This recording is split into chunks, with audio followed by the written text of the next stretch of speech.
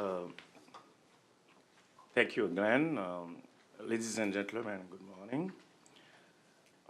Watershed vulnerability is a major and critical issue for the sustainable development of Haiti. It's important to understand its underlying factors to take appropriate measures. Understand before acting will be my main message for this presentation. I will concentrate my talk on the meaning of environmental vulnerability, factors involved, and challenges to overcome.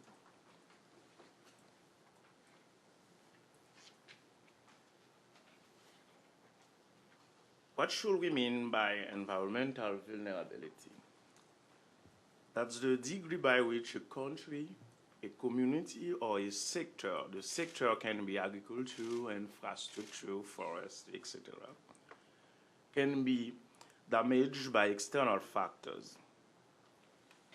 Environmental vulnerability is linked with the concept of resilience, the capacity of response from population and ecosystem. It's vital to keep in mind that the resilience of Haiti has been dramatically reduced.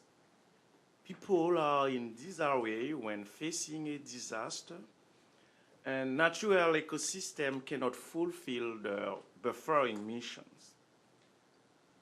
To describe the Haiti situation in terms of environmental vulnerability, we should qualify it as a mosaic of vulnerabilities because it involves a combination of institutional mess, social and physical processes. What are the factors? The first group of factors is environmental. Among the environmental factors, I would like to draw your attention on hurricane frequency and flooding associated. You are well aware of flood devastations occurred in 2004. Gonaïve and Fonveret. We'll talk about more than 5,000 deaths and about 200,000 homeless. The second environmental factor I would like to stress is dealing with the destruction of natural biological systems. Environmental vulnerability has increased in Haiti because these natural biological systems are being destroyed. The second category of factors is socioeconomic. These factors are the driving force of environmental vulnerability. When you look at the projections for population, 10 million in 2010, 16 million in 2032, you cannot mitigate vulnerability without addressing this issue. With regard to population figures, there is a Creole popular proverb in Haiti, in my country. If we don't address population issue and you want to pretend mitigate watershed vulnerability in Haiti, c'est laver main sur la terre. That means wash your hands and then rub them in the dirt. This may happen if the Haitian government does not deal with the issue of vulnerability. Poverty is an important driving force also. We are the only less developed country in our hemisphere Poverty increases pressure on natural resources and habitats.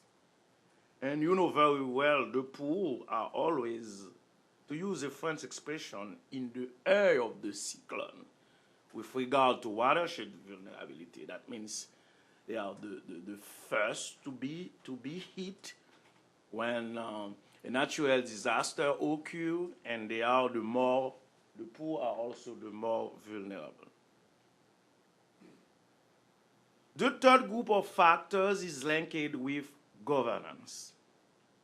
The governance factors are the institutional and policy part of what I qualified earlier as the mosaic of vulnerability.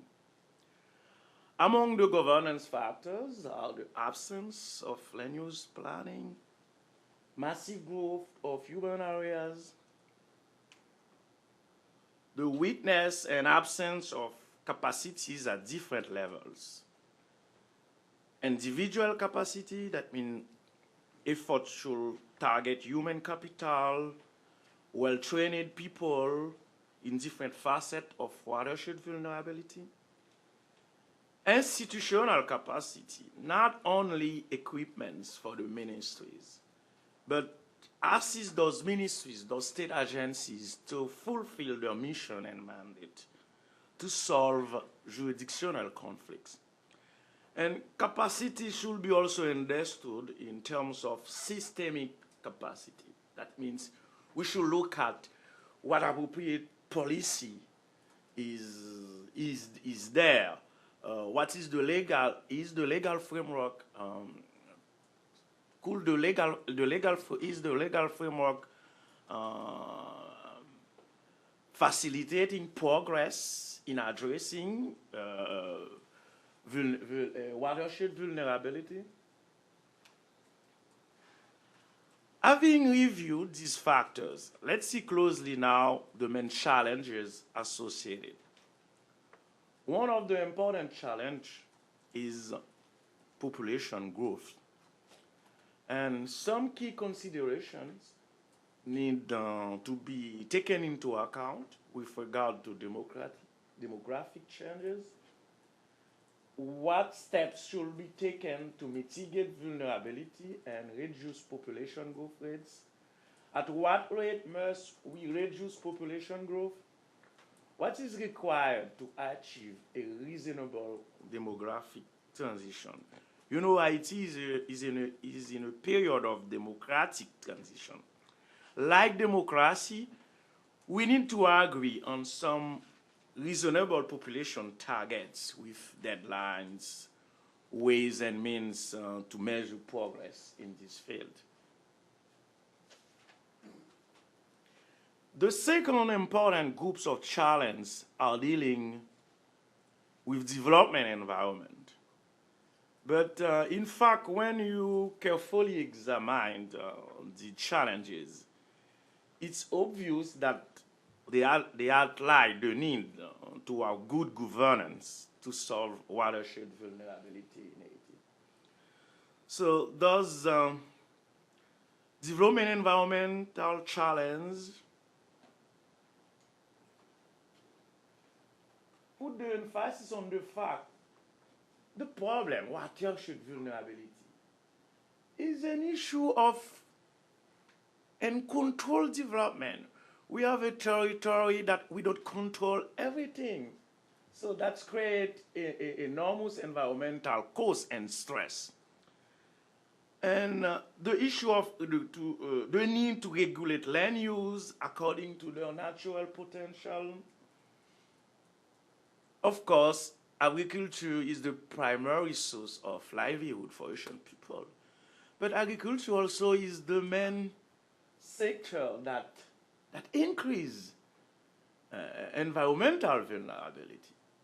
Will the government allow agriculture everywhere? The government has to be clear on that. What we call the frontière de l'agriculture, le front agricole, the agriculture frontier. The government has to decide how we going to allow agriculture in every mountain slopes, in everywhere. the loss of Haiti's natural heritage. We think it's important that efforts should be done to restore this natural heritage, okay, that could play the buffering capacity, that could increase the resilience of Asian population. And other challenges associated with the factors of watershed vulnerability is that if we don't understand very well those factors involved, the challenge, Haiti could have difficulties to achieve what the United Nations system called the Millennium Development Goals by 2015. I would like to finish my talk by sharing with you some reflections, some thoughts about a question that has been raised to our team. If the early warning systems mechanisms that donors are being implemented in Haiti, if those systems can generate environmental benefits in the context of reducing Asian vulnerability to natural disasters. Our responses are found in the two last bullets. Of course, in Haiti right now, several donors are working with the government to implement early warning system. But when we look at this carefully, we think that if they are doing early warning system just to do early warning system, and they are not making any effort to integrate this early warning system with the overall environmental management within this watershed, the environmental management dealing with ecosystem, the status of ecosystem within this watershed, c'est laver main sur la tête. Then this early warning mechanism should support also the natural system, the biological natural systems that buffer environmental disturbance. So I apologize for my French English. I hope you understand what the main message I attempted to deliver to you, and I thank you for your attention.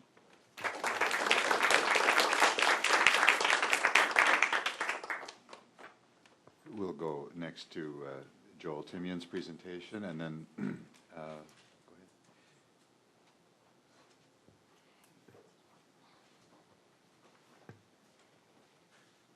And please remember that there will be discussion period afterward for questions and comments, suggestions.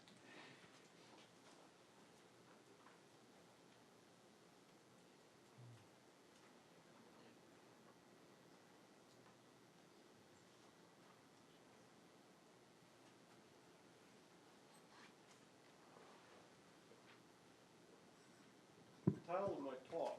You need to speak into the microphone, otherwise they won't capture you. Okay, I'm sorry. We'll hear you, but the larger audience won't. Okay, the title of my talk is Criteria for Selecting Priority Watersheds in Haiti. My name is Joel Timian. When Glenn first called me up several months ago, if I had any ideas how I would compare 53 watersheds in Haiti and prioritize them in terms of vulnerability, I said, I think they're all critical. I don't see the point in prioritizing them. Yes and no. Then I told Glenn, I said, look, let's go down there. I think we have enough information with the Haitian government that we can figure something out with the Haitian government. And then that way you'll start building the bridges that we really need to do to make progress toward this end. You're going to hear this goal repeated time and time again because it's all in our reports. Our mandate is broad to develop a plan to reforest areas in Haiti that are vulnerable to erosion and pose a significant danger to human health and safety. I have three factors in a watershed that I believe were the most important in our study, and those are the soils, that is the risk of soils to erosion,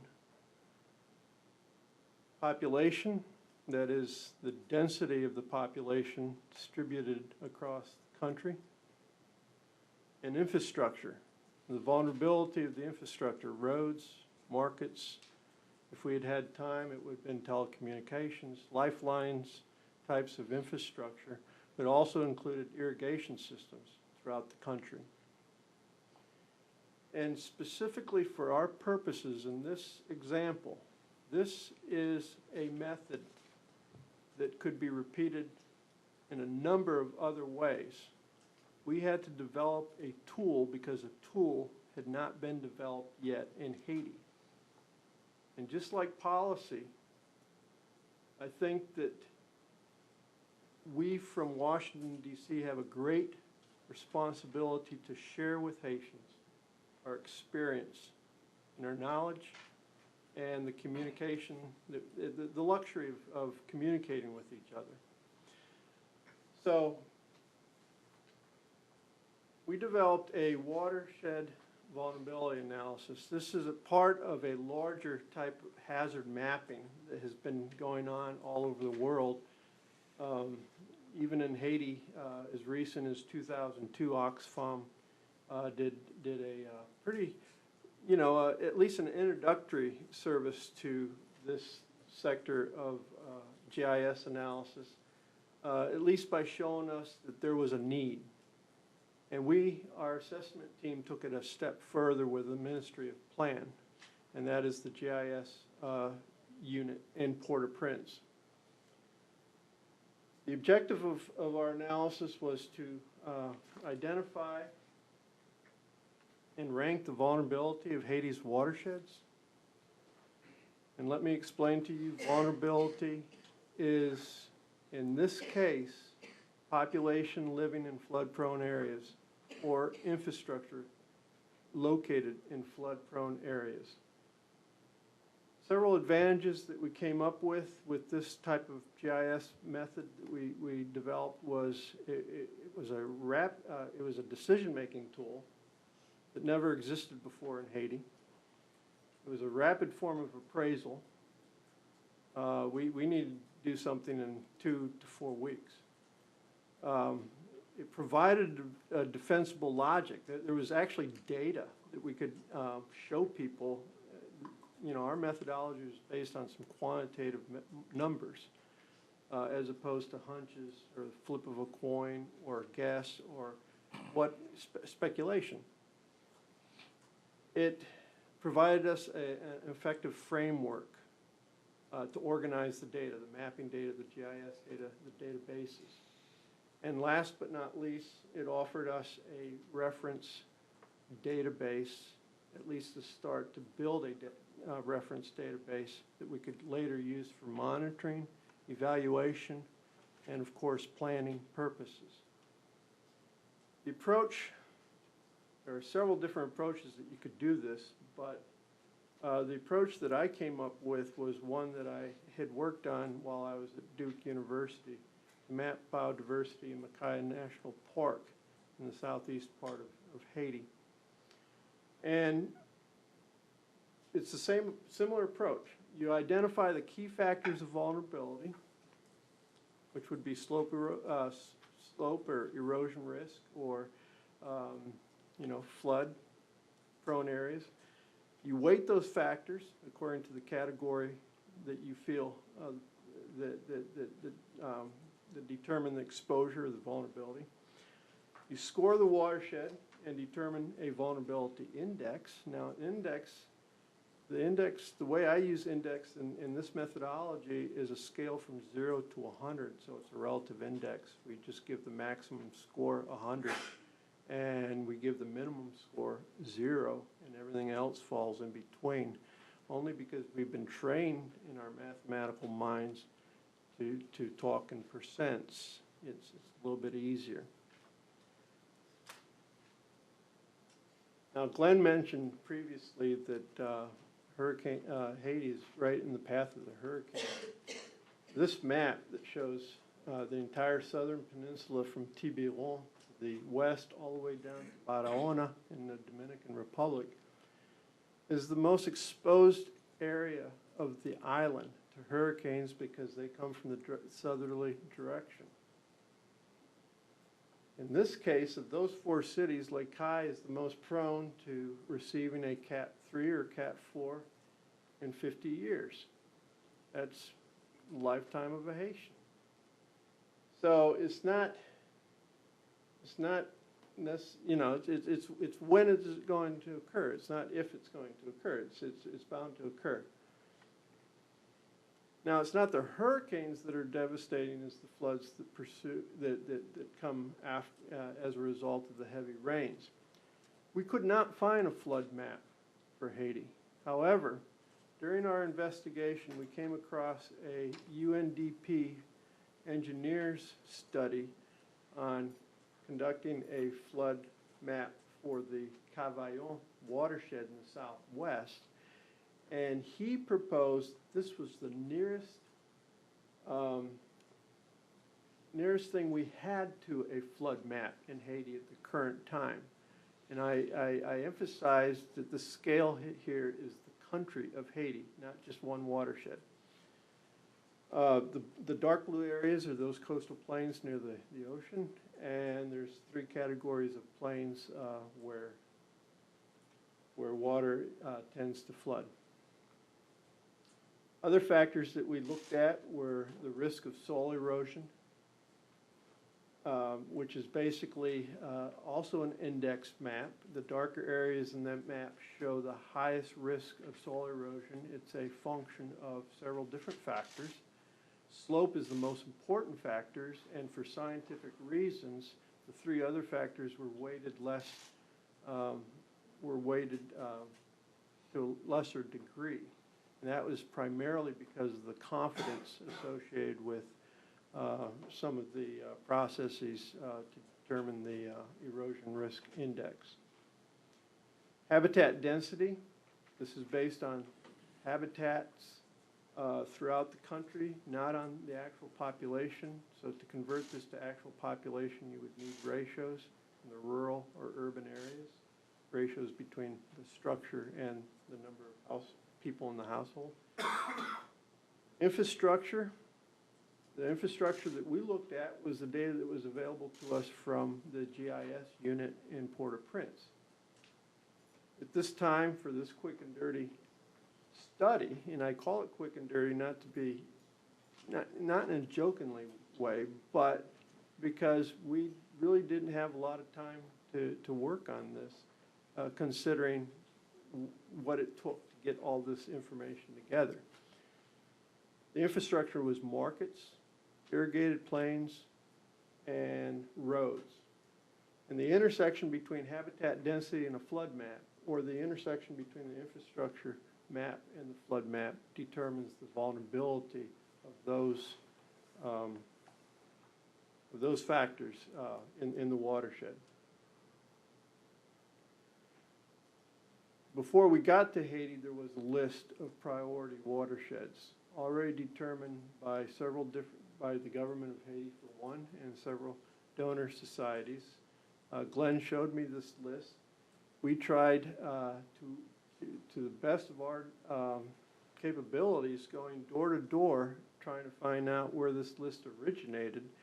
And it's kind of those things that builds in Haiti, you know, like perhaps World Bank might have, you know, tried to get a prioritization program going, maybe UNDP tried to get something going, but we kind of determined finally that there wasn't really any method. However, it was based on the fact that the watersheds contained urban centers, coastal populations that were important to the economy of Haiti.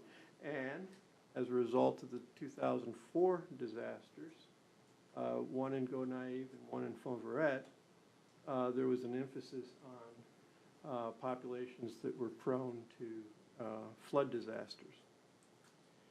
Now, in this map, 1, 2, 3, 4, 5, 6, 7 of the watersheds have current activities by the two donors, World Bank and IDB. USAID is considering what to do in areas where they would have a particular advantage. And the advantage would be, of course, maybe making a strong economic presence, a local impact based on successful programs that they've had in the past.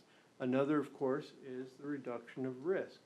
And here I say it's good to have competition in ideas and competitions in approaches in Haiti. Summary of the Watershed Indices. The first group of watersheds that we determined were high risk, erosion risk, that had a high erosion risk index. They almost all occurred in the southern peninsula. It's the Grand Anse set at 100, which is right out there in the tip of the peninsula. Rivière de Jacmel, which is right there. Fonverette, which we know very well, which is at the base, and it's partial watershed. The rest of the watershed flows into the Dominican Republic. And Tiguave, which is right in the middle there. Limbe is in the north, but the point I want to make is most of these watersheds that are high erosion risk are in the southern peninsula. They have the highest hurricane risk of the island, and they contain important protected areas, probably the most important protected areas in Haiti. And these are the three: Makaya National Park, La Visite National Park, and the Pine Forest Reserve.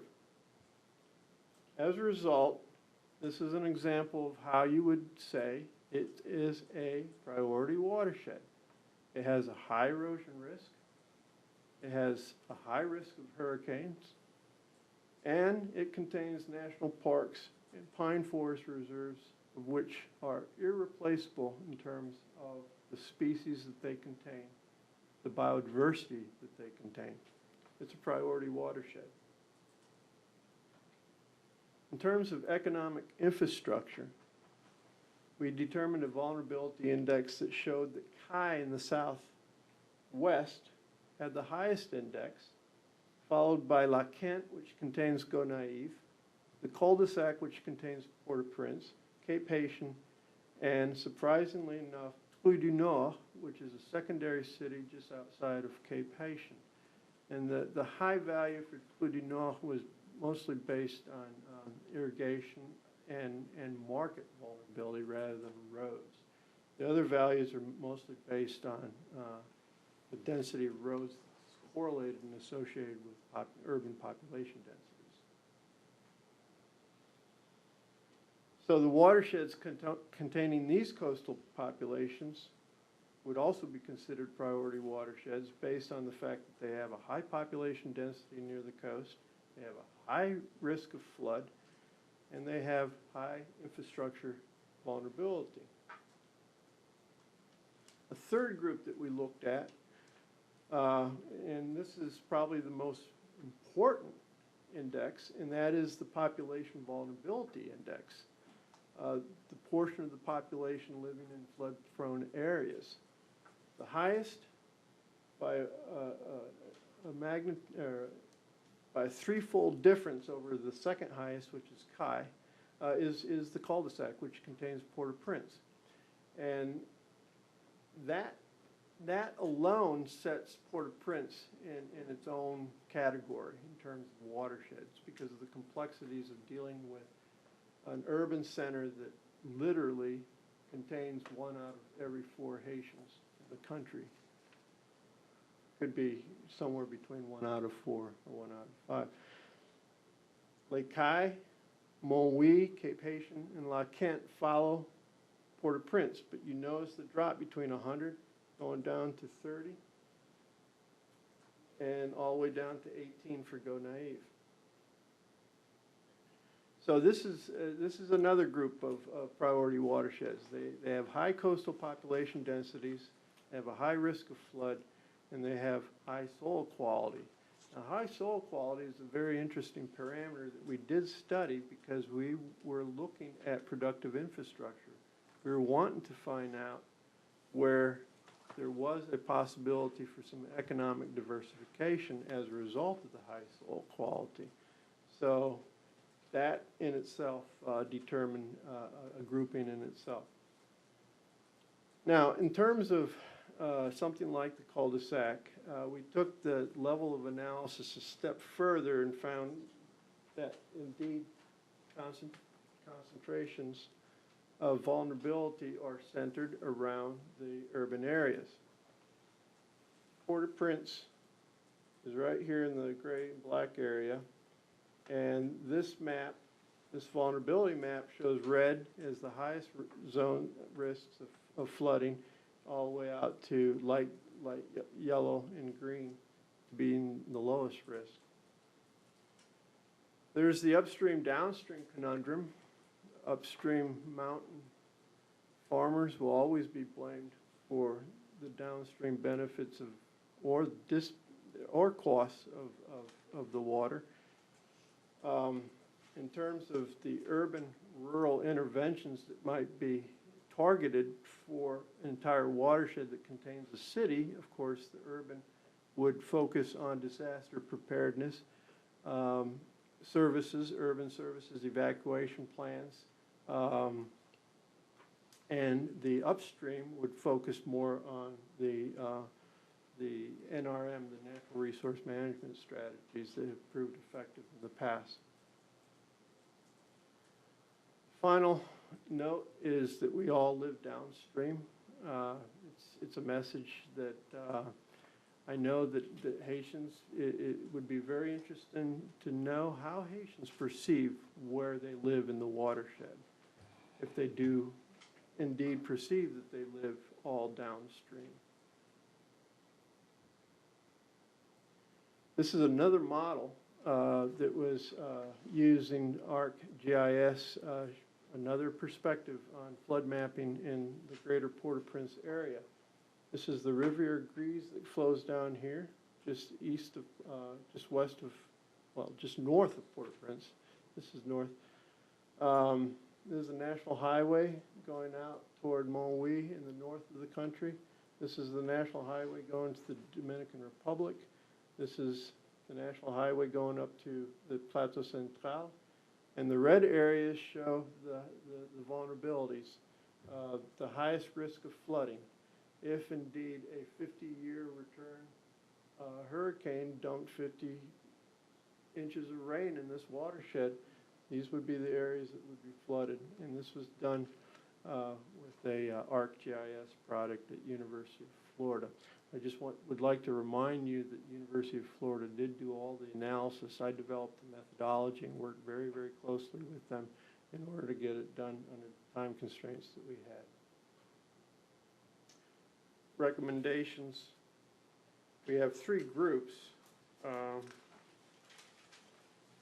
Port-au-Prince is by far the most vulnerable population, and since it's so large, we've decided that we must continue to develop a multi-donor strategy to capture the synergies between all those working in Port-au-Prince and to engage the municipal government. We must assist the development of client-oriented neighborhood groups to provide essential services that the municipal government does not provide. We have to establish a task force, and the audience in this case is primarily the Haitian government, but it could be international NGO, it could be a government agency here in the United States. Establish a task force to create a flood map of high-risk areas of the metro area, and the metro area I'm talking about is the capital of Haiti. 1 out of 4 in Haiti. Now, I'm going to quickly go to Group 2, which is a series of cities that watersheds with high densities of coastal populations, high vulnerability indices for both the population and the infrastructure, and high soil quality index. These are Caille, Cape Haitian, Trou du Nord, and La Quinte. In these cities, we would support government ministries to improve strategies and disaster preparedness. We would develop partnerships to improve risk management design of priority infrastructure. We would increase the economic productivity of the rich soil base. As far as I'm concerned, it being, well, there's a lot of urban sprawl going on in Haiti. It's hard to stop that because of the lack in zoning. So we need to engage municipal governments to develop essential policy. You know, you need to state the policy before you can implement any type of vision amongst the people. And this includes flood zones, building codes, compared with Jamaica, with, Cuba, with the PR. And then the third group is the Southern Peninsula watersheds, Grand Anse, Rivière, Jacmel, Fonveret. I give you three examples. These are watersheds of high priority value as protected areas and require some sort of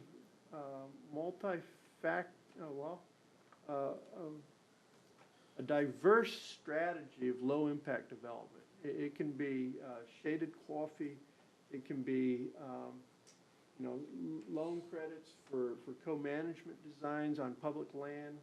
There's a whole number of mechanisms that we could start discussing, but we need to develop a national strategy with the Ministry of Environment and international NGOs, something, where Conservation International, Nature Conservancy, other large groups that have the wherewithal to begin a training process, because it is about education, and to implement this national heritage strategy in concert with the Dominican Republic. And the second is to develop approaches to co-management of public lands. Co-management approaches are just now beginning to be considered. There's not a lot, there's not like 10 success stories. It might be one or two. There are a lot of incipient type projects going on that are starting to address the issue in coastal resources, but they don't get too far in terms of institutionalization, institutional capacity, institutional longevity. And then third, develop the tourist potential and supporting infrastructure of the South. And I have in mind something like a Jacmel. If you've ever been to Jacmel, you know the tourist potential of Jacmel. And then expand the natural resource management interventions that favor a type of land use that we're looking for, which are perennial polycultures, keeping in mind that they do need to eat corn and beans. And that is a favorite food. It's one of my favorites. I would hate for that to die out. However, there's probably a better way of doing it. And so the company that I work with just outside of Port-au-Prince, we got tenfold yield increases over the bean production in the mountains. So I know it can be done. It's just we have to figure out how the benefits can reach the most vulnerable portion of the population. Thank you.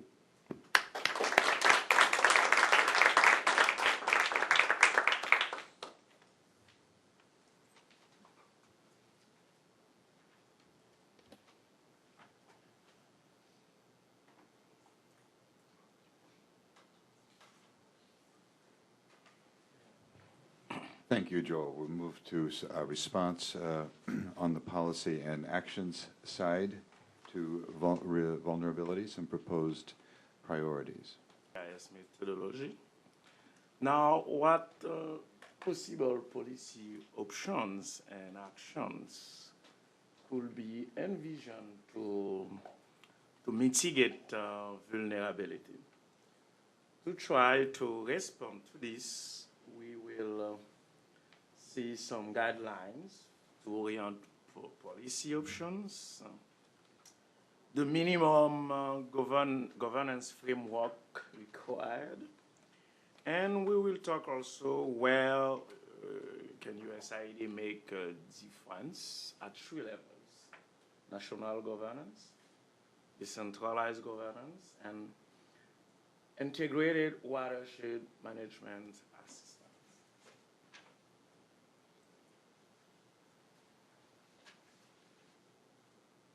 Some guidelines to orient the policy option. The policy options, we think the policy options should focus on high-risk flood zones. Look out for synergy among state agencies and donors. We talked about that this morning. The policy options should take into account the vision of the ocean state, even if this state is very weak. Decentralization of management and good governance will be vital for policy considerations, as well development, dissemination, and appropriate information for decision making and integrated approach.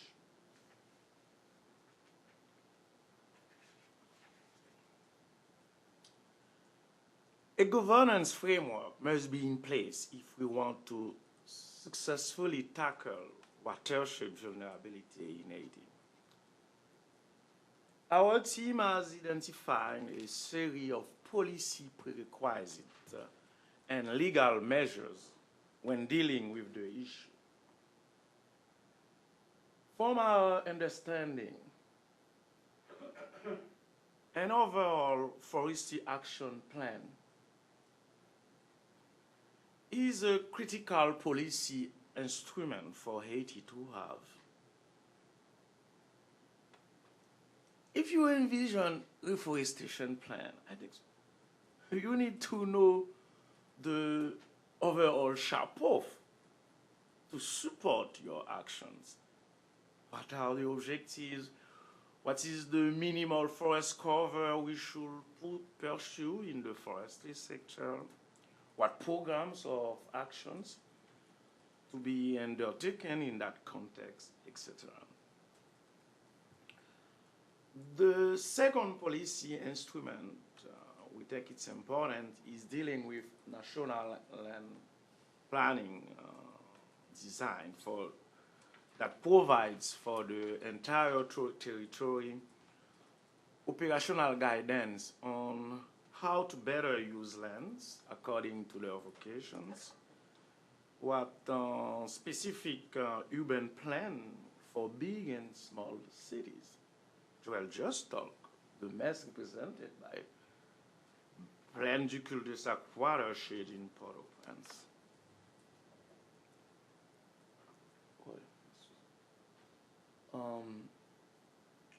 Population environment policy. And Watershed this morning has talked about the need to have this kind of instrument to find a correct balance between population and resources, balance between population and carrying capacity of natural ecosystems. Integrated watershed and coastal zone management policy. I used to say from the montagne à la mer, and the colleagues told me you don't have to say from mountain to the sea. The correct English expression is from the ridge to reef. Upstream to downstream. That means watershed vulnerability issues should be linked with a coastal and marine zone approach. Domestic energy policy to highlight new financial mechanisms in the field of energy, credit plans for renewable energy, regulations of fuel, domestic, etc. Finally, the rule of law should prevail if we want to tackle watershed vulnerability. and institutions should be strengthened.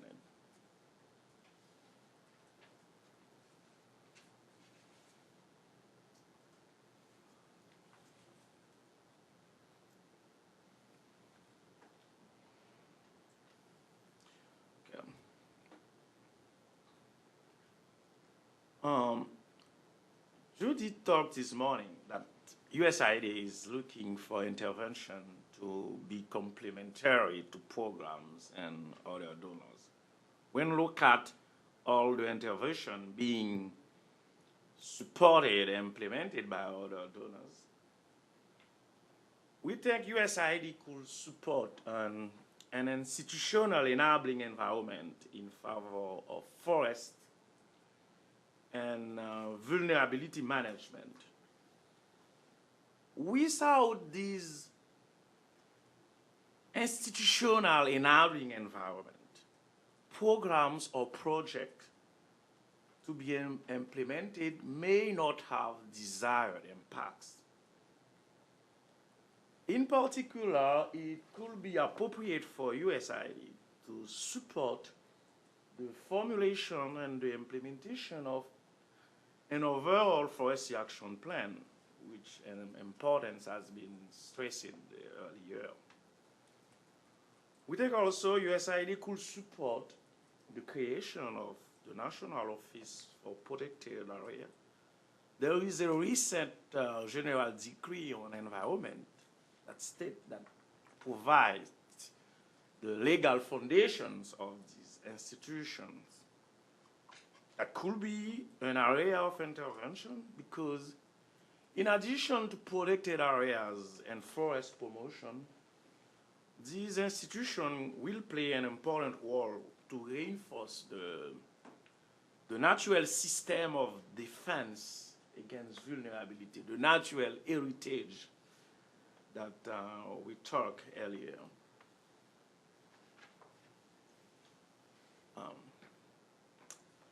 What I'm trying to tell you, governance is critical to get success in watershed vulnerability in Haiti. Since USAID could assist in the improvement of the national governance, the second level could be governance at the decentralized level, mean targeting municipal government in terms of building the capacity to have zoning plans for urban areas, building codes. Municipalities such as Port-au-Prince, Croix-des-Bouquets, all the metropolitan area need this kind of capacity building assistance. USAID could also envision to strengthen regional mayor associations in using regulation power targeting watershed vulnerability issue. We said earlier the rule of law should prevail. So if we try to build capacities for these municipalities to use the power to regulate land use in the context of watershed vulnerability issues, it could be great. You can assist also municipalities to implement disaster preparedness and risk management. We're talking about Port-au-Prince, Cap-Haïtien, Saint-Jacques-Mel. And this assistance could not be only in flood, but also the seismic threat posed by earthquakes. Every century, Haiti is hit by a major earthquake. There was no earthquake in the last century. There will be one. And we have signals to think that there will be one. The only problem is when, because the faults are storing energy, and you have from time to time some small, I cannot find the correct English.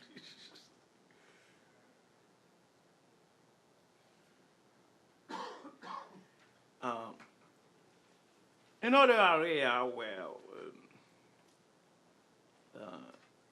USID can make a difference is dealt with sustainable forest management and mangroves. This is to reinforce the idea to help restoring the natural heritage and increase forest cover. Action could be planning and management of appropriate mechanisms, that means management tools and guidelines to address watershed vulnerability, implementation of best practices, improve sustainable management of wetlands and mangrove zones to increase the resilience of natural ecosystem and resilience of the population, and linkage between USID jobs and local wetland management.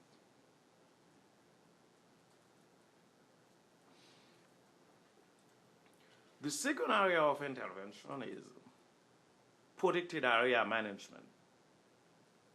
The same idea I developed earlier to increase buffering capacity. We think establishment of a marine protected areas in Arcadian Coast, Northeast Bays, and build responsibilities and roles of local user groups and co-management approaches.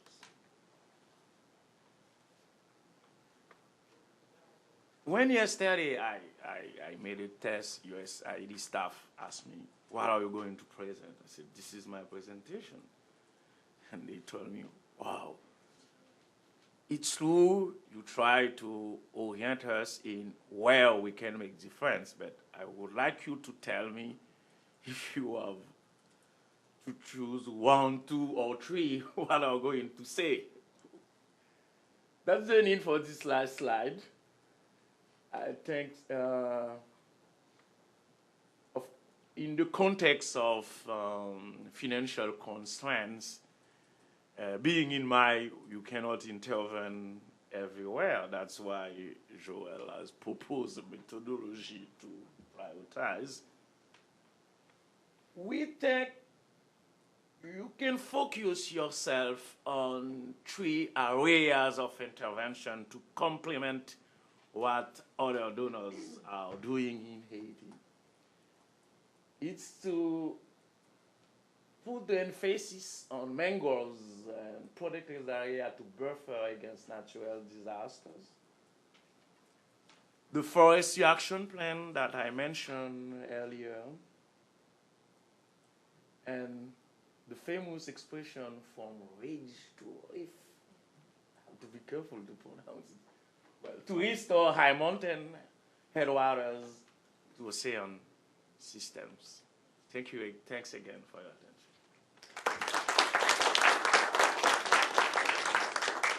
I'd like to open it up for suggestions, comments, questions. Okay, the first hand I saw was this gentleman here. Hi, John Barraza with USAID Bureau for Global Health.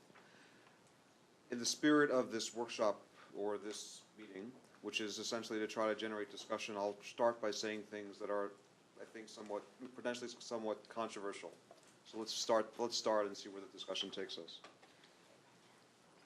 You certainly have a lot of experience in Haiti and have presented what would be, in many circumstances, a very coherent way and a rational way for looking at these problems and moving forward. And certainly the platform of having to rest on good governance is what we normally think would be critical for making progress on these issues. But the reality is that good governance has not been a feature of Haitian life forever. And while we may have some optimism, frankly, it's probably displaced or misplaced. So the question is, how can we make any progress in the face of this weak governance platform that we're presented with? And I don't think that the array of policy options that you've laid out, while they make a lot of sense, I mean, we've had national environmental action plans in Haiti. There's been lots of planning, but the situation has inevitably just continued to deteriorate. So the question I put on the table is when we look at some of these, when you had to get to what are the top three, it would seem that the top three things need to be things that are very practical and that really address the demand side of the issues very directly. Because those are actions that we actually know something about and know how to invest in. So I would suggest that we potentially consider things that are not necessarily reliant on policy and regulation. I thought that the level that you presented in terms of decentralization, working at that municipal level, that could actually be very valuable. In a place like Port-au-Prince, which, you know, the IADB invested in these drainage canals 20 years ago, I don't know how long ago it was. The drainage canals are usually non-functional because they fill up with solid waste and garbage. What can you do at the municipal level to make that sustainable, sustainably clean the drainage canals so those populations that are in those vulnerable floodplains are somehow less vulnerable? So as one example. What do we do in terms of the mangroves? I mean, if the mangroves continue to get chopped down because people want to turn them into charcoal because they can make money selling the charcoal to the urban populations, how do we actually address that demand side? And I think the biofuels discussion later on may actually provide some insight on that. How do we actually address the population pressures directly?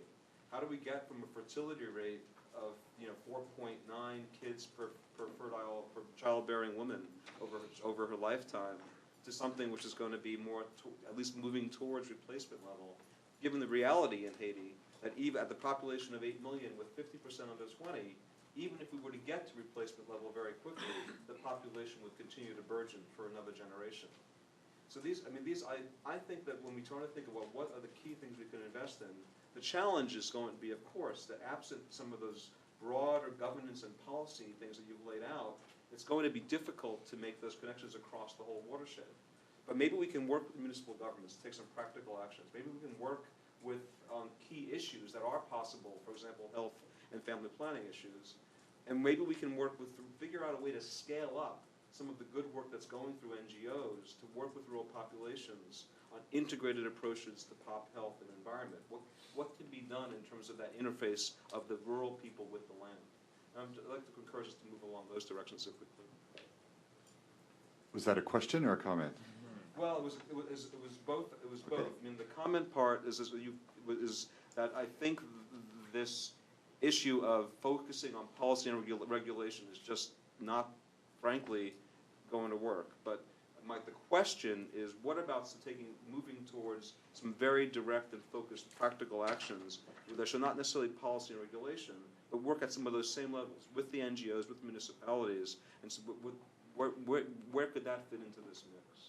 If I could just interject for a second, just in the spirit of fostering dialogue, we're going to try to avoid doing a Q&A with the panel because we feel like the panel's been speaking a lot. So what we'd like to do is sort of get these kinds of comments and sort of, not rhetorical questions, but a question that's sort of addressed to the larger group and have other people continue to dialogue. And if you feel as if your question sort of specifically has not been answered by the panel, we're going to encourage people to sort of talk a little bit one-on-one, perhaps during the lunch break, because we really do want to hear from the audience. So thank you for your comments. I think we're not going to respond directly to it, and we'll just continue to go around the room. And if I could just ask people to try, I know everyone's very passionate, if we could try to limit your comment to about 2 minutes or so, we'll be able to entertain everybody's questions. Thanks. We had another question here. This is actually addressed to Joel. Did you take into consideration agriculture productivity in your prioritization of the watersheds? Yes, I did. We used the soil potential layer that was available to us from GIS unit in Port-au-Prince. That layer is, of course, coded. It's codified to different factors that make up soil potential, but I can tell you that it's more or less largely an inverse of the soil erosion risk map, simply because the alluvial soils that are richest are flat, and the soils most susceptible to erosion are on steep lands. So I did a correlation between the indexing on the soil potential map based on the soil potential map and the index based on the soil erosion risk map, and there was a correlation of rank Spearman correlation statistic of 0.962, right around just over 95%. So we're basically looking at opposite parts of the country. Could we go to the next question, please? This back here. This is responding to John. I have a little bit of a cold, so. One of the things that World Vision has invested in Haiti is community-based resilience training, and it's some work that we did based on Hurricane Mitch in 1998, 99, 2000, and I think Catholic Relief Services may have been a part of it, CARE, where there was money from USAID through OFTA to really focus on developing preventative strategies and mitigation strategies to natural disasters, and really engaging local communities in protecting their own communities. And we have found that to be very, very useful and very, communities want to stay in their communities if they're given skills to help protect their communities. And many times you can work on very effective mitigation strategies based on a lot of the research, and then work with the communities to use that research in practical ways. So I think there are ways that you can look at implementing this without having to wait for the policy dialogue or wait for all the local good governance to take place. I think there's a lot of richness that can be drawn upon that already exists and working in different parts of the region. And just to close, the Gates Foundation actually is funding an initiative now that brings together, I think it's 7 of the large international NGOs in disaster response and community-based mitigation. And one of their pillars is community-based resilience. And I think it would be something for the panel maybe to look at or just approach the Gates Foundation on some of this work. Thank you very much. Next question.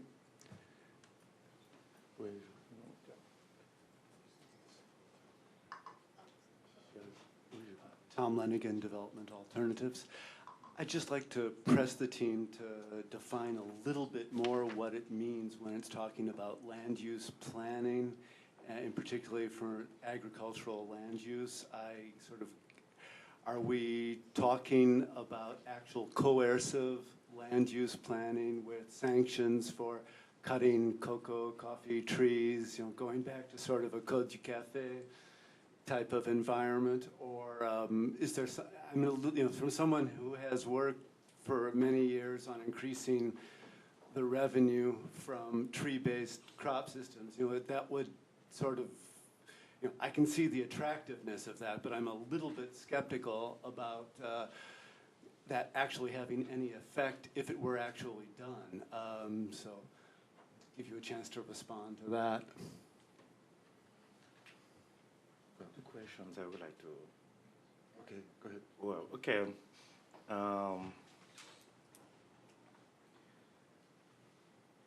I understand your pessimisms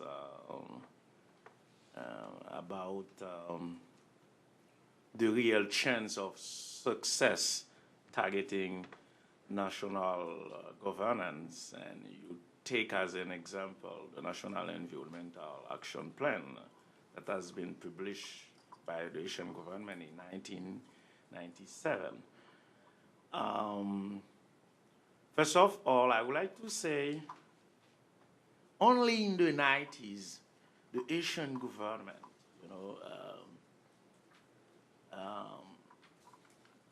has taken steps to prepare policy and try to implement them. Before the 90s, you have a profusions of interventions that have been done without really an overall chapeau to orient these actions. And when you look at the results, and nobody can tell you what what I have done in terms of promotion of agroforestry, for instance. This my result has been useful to the Haitian government in terms of its policy. I think governance, we should think governance at different levels. And even if there is a lot of things to do, okay, to make high-level planning makers in Haiti, to think you cannot develop a country without institutions and policy. I don't know. That's how come you can develop a country without policy and institutions that give you the way to do things, institutions that could fulfill their missions. And if you envision to have an action on a small village, you are an NGO, for instance. You implement an action, and the local government and the national government are not in a situation to go on with what you have done. I understand your pessimism because there is a lot of to do in Haiti to convince high-level planning makers the need to have good governance in terms of policy, in terms of institutions. And also, it's very important, as you mentioned, actions at the grassroots levels to have positive impacts, on addressing watershed vulnerability issue. From what we understand, national governance as well, governance at municipal level are critical. To put stuff in place, to give a good direction, maybe for the civil society to increase pressure on the government to fulfill its mission. What do you mean by land use planning? Yes. Well, the reason that we insist on land use planning is, we call it in French, aménagement territoire, schéma d'aménagement territoire.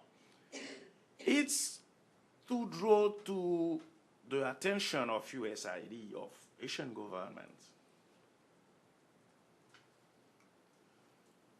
You have to manage a territory, okay? It's important to plan the extension of your urban areas. It's important to plan where you are going to make agriculture, the way the management is doing in the context of watershed vulnerability in Haiti. We do not respect this kind of requirements. And if you meet every main actor in Haiti is pushing for the Ministry of Planning to have this kind of national scheme of land use planning. NGOs in Haiti, I talk with NGOs in Haiti. I'll talk also with officials in the government sector. There is a need to have this because you are dealing with a mountainous country. The toponymy is characterized by mountains. And even if agriculture is I'm an agronomist. My background is in agronomy. Okay? Even if agriculture is the primary sector for livelihood for people, in the context of a municipality, for instance, this municipality should know, okay, this is the place, okay, we are going to make agriculture. We have this head of mountain. There is some vestige of forests. Through different mechanisms, local governments can find ways you know, to manage better the territory.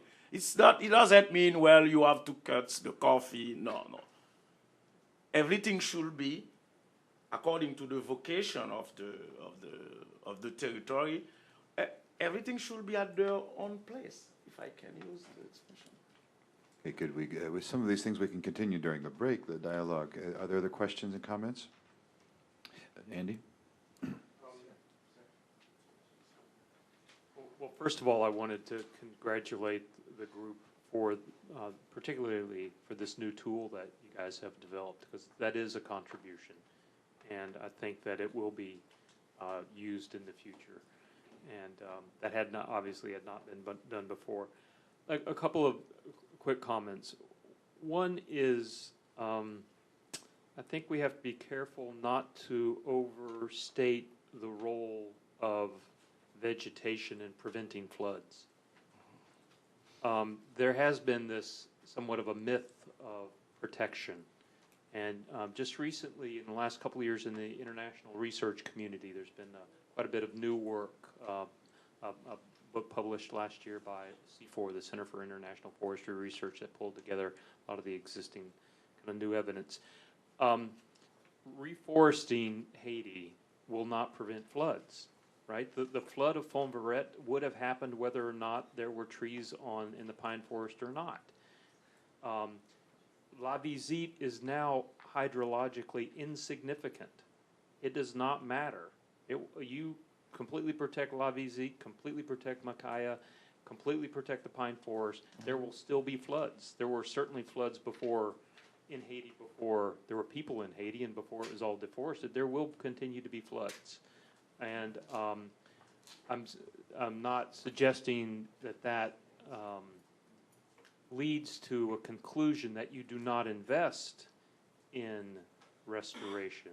You certainly should do restoration or encourage, but keep that in perspective. There still will be floods. Restoration in uplands can be justified on the poverty alleviation basis. It can be justified on the basis of diminishing a little bit buffering a little bit the damage downstream. It can be justified on the basis of slowing the rate of urbanization, on a host of other factors, but it will not stop floods in Haiti. Related to that is the question how much to invest in protecting the uplands. And I recall, many of you know this story, that back in the I guess early 90s through the 90s, the government of Haiti borrowed about $20 million from the World Bank to protect La Visite, Macaya, and the pine forest. I was obviously involved in that. Many of you were involved in that. And there were less trees in those areas after the $20 million had been spent than before. And that is largely because there was this investment took place at a time when there was no economic development, continued political instability. So indeed, there's more pressure, more people. So again, as Glenn and others made the point this morning, this large-scale watershed restoration will not take place in the absence of economic growth and development, and that I think too has to be kept very, very close in mind. Finally, and I'll stop here because I know that I have a chance to speak this afternoon. And two final quick points. One is on this role of the government. This most recent exchange here. Clearly, the government is necessary, but it's also historically been marginal to any progress in Haiti, if not completely obstructive. And on the other side of the coin, USAID does not have a stellar history in terms of collaborating with the government. That can be phrased in a lot of other ways, but and so it's not as if USAID is now going to, perhaps things have changed. I've been out of the picture for some time, but does not have a history of doing this type of thing and even collaborating with other donors.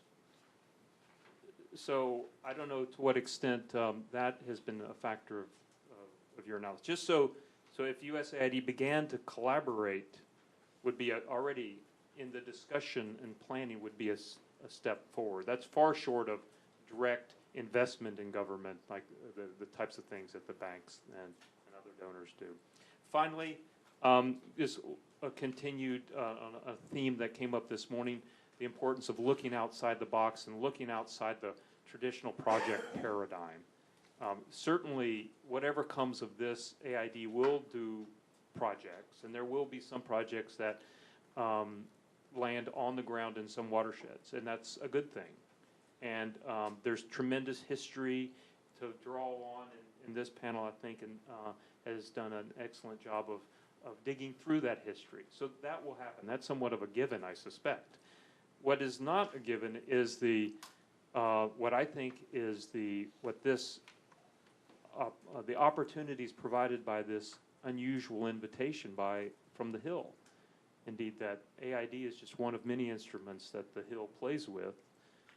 There's trade policy, as was mentioned again this morning. There's a host of other things. I'm sure many of, the team is thinking out of the box. It does strike me is that the team did not have the time to really explore all of those other options, which to me probably provide as much or more potential for impact than a project. As was repeated this morning, projects will not restore Haiti's watersheds to any significant degree. And so economic development and the slow accretion of governance and social capital, that will. So look outside the box. And I wondered, it's too bad that this raised this question after many of the folks from the Hill came by, but it seems to me that maybe this thinking is at the point where is there another phase of effort that could be invested in exploring all the other options in terms of before a strategy is developed. Because I know this is the last thing you guys want to hear. But it seems to me that the other options on the table you've not had the luxury to really explore them as fully and compare them with the option of projects. Thank you. Other questions, comments? Wait a minute, we had, yes, sir.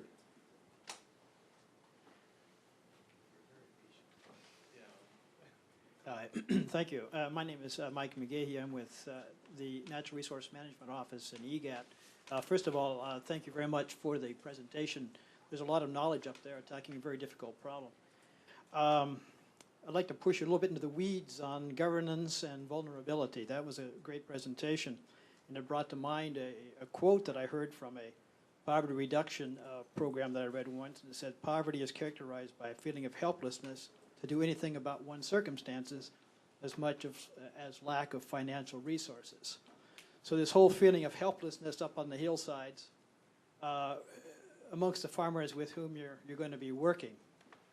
And Haiti has a long history of projects, or at least a reputation of having projects that have created dependency versus confidence to do something about one's circumstances. In developing your strategy, was that a topic of discussion, of discovery, if you will, about how does one decrease this feeling of decrease this feeling of dependency and push it more towards feelings of taking charge to do something about one's circumstance? Thank you. We had a question over here, I believe.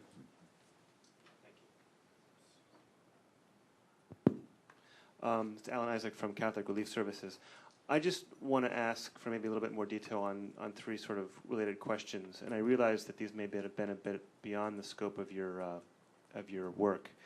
The first was, in your assessment, how far down to the grassroots level were you able to go in talking to stakeholders? Did that include farmers groups, stakeholders really at the lowest level, say, for example, the women washing their laundry in the upstream of a watershed? The next question is, were you able to look at all into past experience into reforestation or agriculture schemes that did preserve the environment, I mean, there is a long history of implementing these in Haiti. What were you able to determine what works and what has failed, especially, for example, large-scale reforestation? Why has it worked? And I ask that question because it's important to understand how projects have been done in the past to maybe learn what might work for the future. And then lastly, most importantly, I just want to expand, or maybe you've already done this, but expand the idea of institutions. And in my mind, it isn't just local government institutions, but should perhaps look at users groups and the institutions of users groups and how they themselves weigh the costs and benefits of preserving or not preserving their own environment. We will be dealing with some of those issues in a later session. We can also continue the dialogue. The short answer is yes, yes, and yes. We consulted with all of those groups and at the level that you're asking about, and looked at the lessons learned from those past projects in the way that you're inquiring. Other questions? Oh, here. Okay. Thank you. Bob McGuire from Trinity University. I just wanted to endorse Ronald's comments about the importance of a government now to be involved. As someone who wrote a book once called Bottom-Up Development in Haiti, I'm very sympathetic toward that grassroots and NGO orientation. But that was 20 years ago plus, and I had seen repeatedly in the 1990s elected parliamentarians on the floor of the parliament in Haiti complaining how the country had become a republic of NGOs. And you had governments that at least had the position to say, we want to take some responsibility in rendering services. We need to develop the institutions. And I think one of the factors that has led to the failures repeatedly in Haiti, including the 2004 disaster, is the fact that governments have not been trusted to try to work with them to see if indeed they can meet their words with actions. And I think it's very important that we try to do that now. And the fact that you have these plans and policies incorporated, I think, is a very positive step, and I would encourage you to move forward on that. One question I have is, in terms of your factors in watershed vulnerability, did you come across anything that relates to the lack of social and economic justice as a factor? And I just will elaborate briefly. In my work 20 plus years ago, one of the factors I found in watershed vulnerability, particularly in the north where I was doing much of my work, was that of insecure land tenure and the issuing of competing titles by corrupt judges and other officials, to the point where many farmers had talked to me about the lack of incentive of improving their lands, because if they did improve their lands, they might lose them to a corrupt practice of another person coming in and claiming them. And I'm just wondering if maybe Haiti has changed on the ground, maybe this is no longer a factor, or maybe we need to look also at these very important human issues of social and economic justice to make sure that our technical solutions have a chance. I think that was our last question for the time frame that we have. Our team is concerned about the issue that you raise, and have also thought about that. I think it's time for our lunch break. Yeah, I think we'll take a break. Lunch, I believe, is located right outside this door. We'll be eating in this room, so just grab some food, some drink, and talk amongst yourselves. We'll reconvene at 1:45.